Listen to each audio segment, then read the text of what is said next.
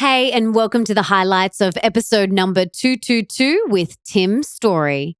Some of my favorite parts of this episode were when he shares his 3-step process to come back from any setback you have in life.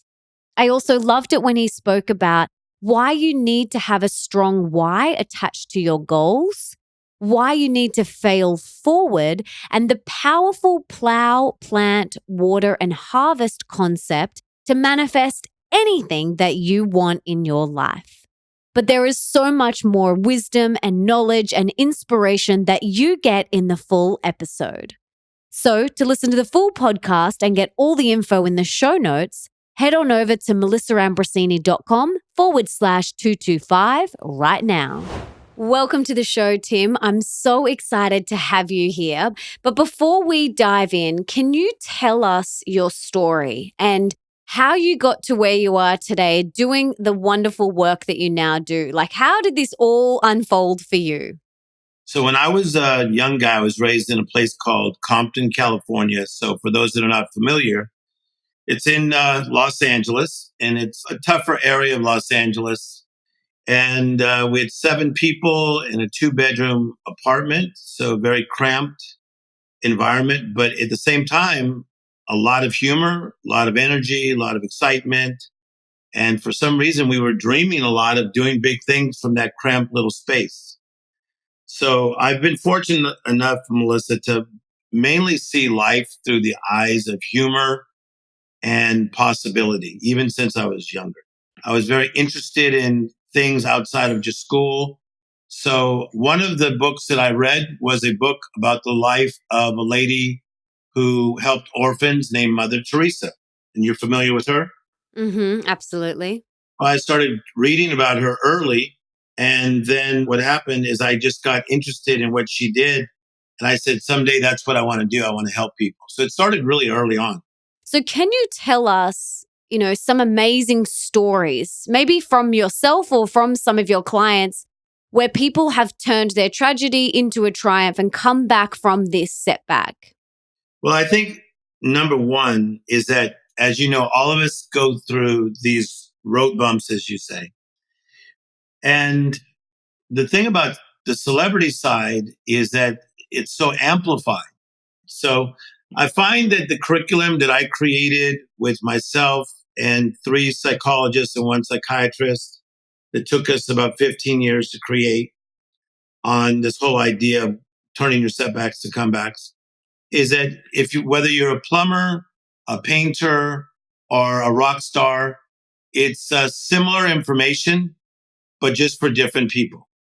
I help people through a lot of things in life, but for some reason, I have a real heart for people that are stuck.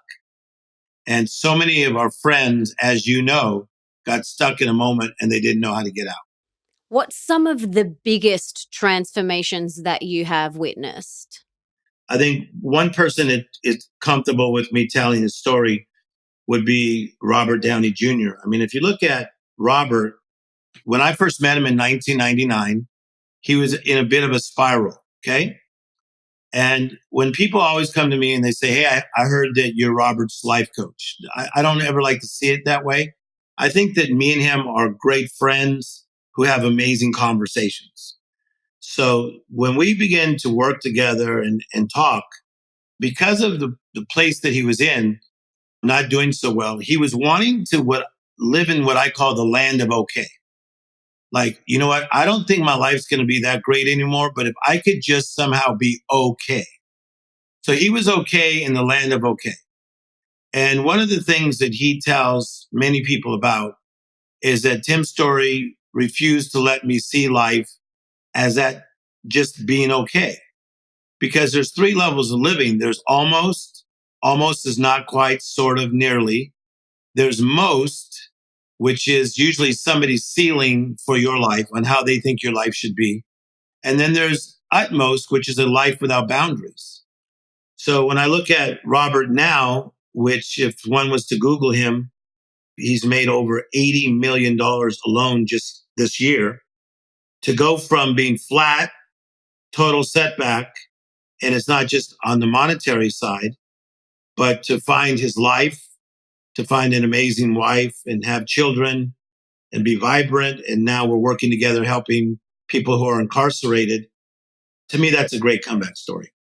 I find that when people are needing a comeback, that if you can give them a cause that's greater than their own comeback, they seem to tend to want to stick with the comeback plan. Absolutely. Having this why but that's bigger than you is really important because, it gives you that firecracker. It puts that firecracker in your belly and it just like makes you want to do it so much more. I absolutely agree with. And that kind of goes for any goal that you want to achieve. If there's a why behind it, a reason behind it, a feeling behind it, then you are more likely going to want to move toward that thing or go after that thing. Yes, perfect. Mm-hmm. So let's talk about failure. You always say fail forward. What does that mean? I think, again, what we were taught as kids as being failure was really just like a lesson, right? So I don't really know that at times when people thought we were failing, that we really were failing. I think we were just learning. But if one goes through something like I was married for 12 years to an amazing woman, a college professor, very well-known family in America. And after 3 years of therapy and a lot of work, we ended up going our different ways and got divorced. That felt like a failure to me because here you have like this life coach that was pretty known at the time. And that was kind of the first time that I'd heard people speak kind of negative about me. So in going to an amazing female therapist, and I mean amazing, she's now close to 80 years of age. She really helped me to understand this whole idea of, don't sit in your setback and don't settle. Because what I was tempted to do is settle. And, people would say, are you single or are you married? I'd say, I'm divorced. No, are you single or are you married? No, I'm divorced. So I was carrying the stigma and the label. And she taught me not to carry the stigma or the label. But I was telling you that I really enjoyed and learned from you and studying you about the way you look at failure, even in the way you look at forgiveness. And I think that one of the things I find is that people are way too hard on themselves. And really what it is, again, it's just growth. And I have a saying that I say that seems some people like it, is that a comeback is not a go back. And what I mean by that is that many times I think because of what we think is failure, we want to keep going back and trying to fix it, when really we should just kind of like stand flat footed in the moment and learn some life lessons and keep going forward. Absolutely. As long as you get the lesson out of any experience, then that's all that matters. Like we were talking about before we started recording, this whole idea of forgiveness, I realized many years ago that by me even saying that I need to forgive someone is a judgment. And I'm saying I'm right, they're wrong. And that is my opinion, my perspective, my judgment, and my intention is to live as judgment-free as I possibly can. A few things that hold people back from achieving their dreams or living their best life is resistance and things like resentment and shame and guilt and fear. So how can we let go of those things that are holding us back from living our dream life and stepping into our full potential? Because they are going to block us from getting there. So how do we let go of them? Because I know there'll be people listening going, oh, easier said than done. I've had this shame or I've had this guilt for 30 years. How do I let it go and move forward? Okay, so I think that people need to understand we're going through two main things at one time, recovery and discovery. Recovery is recovering from what we've been through. Like we've all had what I call life interruptions, like my father passing when I'm 10 years of age. That's a life interruption.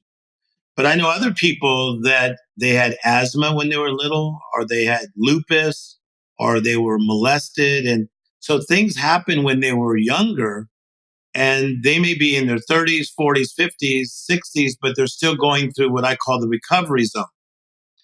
It's important to realize that you can go through recovery and still be open to discovery at the same time. Most people do not do that. They're either in the recovery zone or they're way in the discovery zone. But then we have other people that we know that stay so much in the recovery zone of just trying to heal themselves that they miss the beautiful things that are happening today.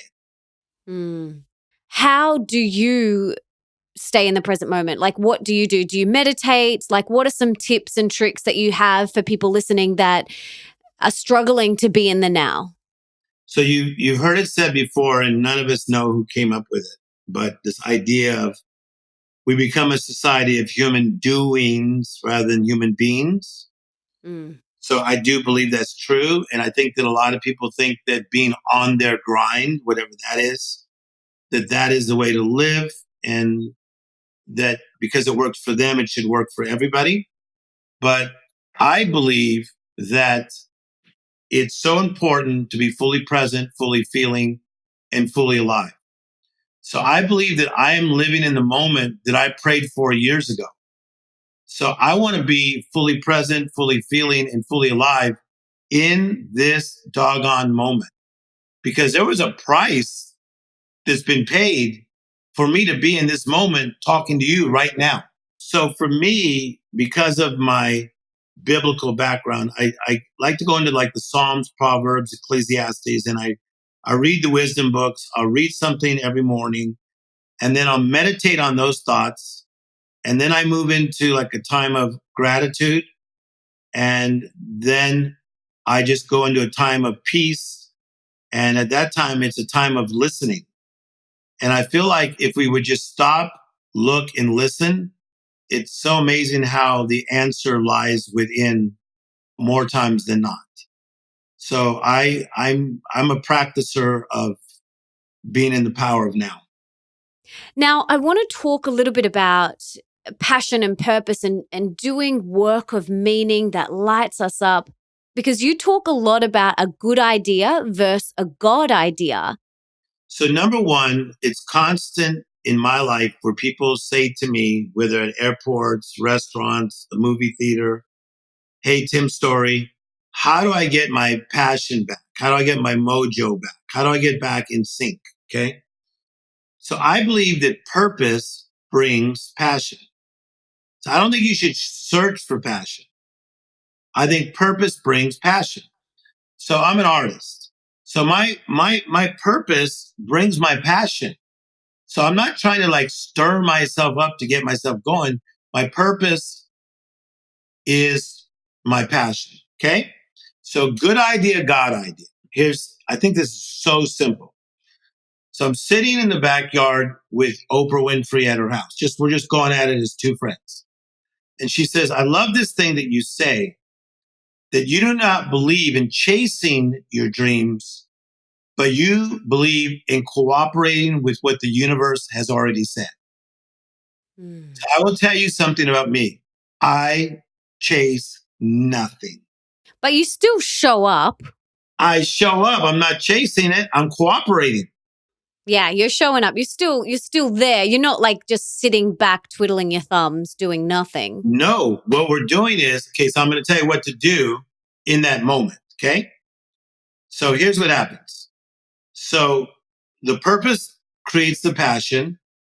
I believe that the universe has spoken over us and we have to cooperate. Okay. Cooperate is what? Showing up. I have to work what's in front of me. I got to show up.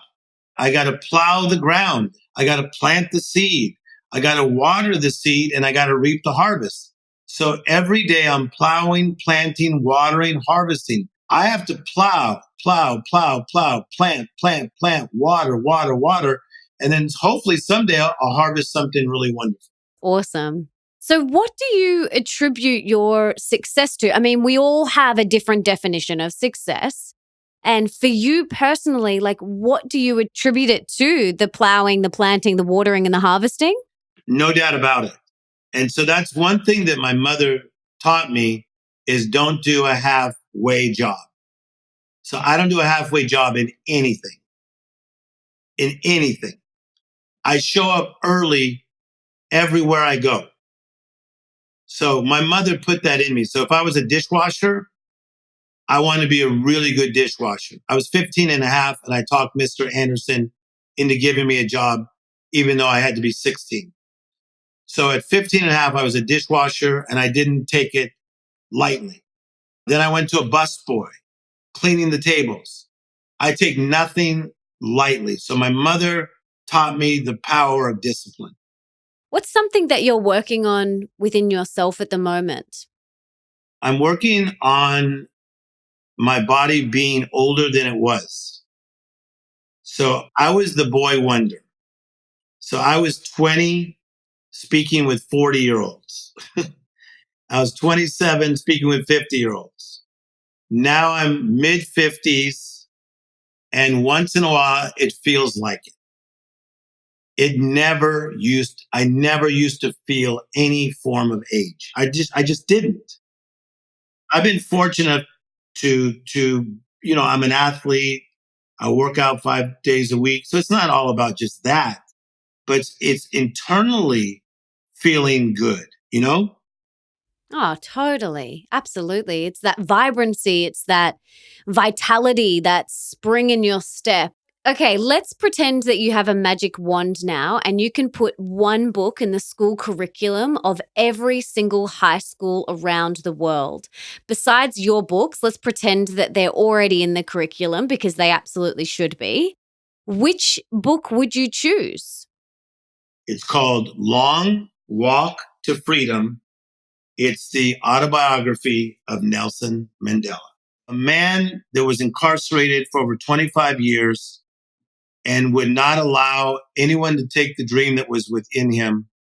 Yeah, so it's a book of hope, it's a book of dreams, it's a book of love, it's a book of compassion, it's a book of honesty, and wow. Yeah. Incredible, man. So I absolutely agree. I think that that should be in the school curriculum, and we'll link to that in the show notes, as well as your amazing books. We'll link to them in the show notes as well. But I'd love to talk now about how your day looks. Do you have a morning routine? Like, how do you set yourself up for the day and prime yourself for the day? Okay, so I wake up, I would say 90% of the time happy, even if things happen that were sad around me, because I'm in the space where I work in addiction. Okay. I work in addiction. I work in recovery. I work in setbacks to comebacks. When you work in that space, there's some things that go down maybe that day that are not so great. Does that make sense? So Totally. I find myself still waking up probably 90% of the times happy. Then what I do is I go through, the things of, washing my face, brushing my teeth, all these things. And then I get hot tea. And then I do my devotional of studying these things from the wisdom books. And then I go into my time of the meditation. So I feel my mind, I feel my spirit. I go into a place of peace. And some people would do it opposite, but this is the way I do it. Then I go to the gym. And the gym to me has been a really great thing because I'm not going there just to get in shape. I'm going there for the feeling. I like the feeling. I like the feeling of pushing myself a little bit. I love it when the endorphins start to kick in. And you know this even more than I do because you were a dancer and I was not. But the endorphins and just the movement, okay? I come back and shower, and then I have a lot of jobs. So I run companies. I'm in the entertainment business. We do a lot in the speaking world, et cetera, et cetera, et cetera. But I learned from many people who have many jobs is keep that certain job in its lane. Like for instance, on Mondays, I may work on my motivational career. On Tuesdays, I'm working just on entertainment things. On Wednesdays and Thursdays, I'm working just on life coaching. So I'm pretty organized on not letting things from one lane get into another lane. And I learned that from certain mentors of mine who also have various careers.